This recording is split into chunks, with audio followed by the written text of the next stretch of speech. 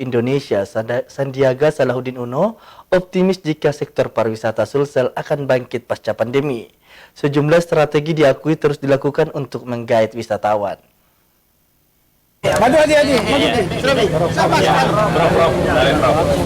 Pandemi COVID-19 yang menghantam Indonesia dan sejumlah negara beberapa tahun terakhir memicu perlambatan ekonomi, hingga dan beberapa sektor lainnya, termasuk sektor pariwisata. Namun, Menteri Pariwisata dan Ekonomi Kreatif Sandiaga Salahuddin Uno optimis, di tahun 2023 sektor pariwisata di Indonesia mulai tumbuh, khususnya di Sulawesi Selatan. Hal itu diperkuat dengan kebijakan pencabutan status PPKM.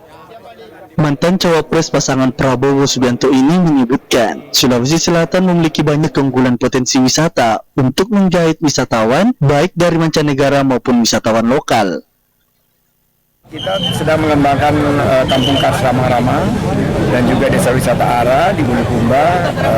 Geopark Maros Pangkep ini juga akan menjadi magnet. Selanjutnya Toraja, Mamasa yang punya kopi, ini kita akan terus bangkitkan untuk mendorong target pemerintah 1,4 miliar pergerakan wisatawan Nusantara. Dia berharap setelah pandemi COVID-19 usai, wisatawan dari berbagai negara dapat kembali mengunjungi Indonesia. Salah satu upaya yang terus dilakukan yaitu mempromosikan secara kontinu objek wisata favorit yang ada di Sulsel. Ardi Jaho, Slebes TV.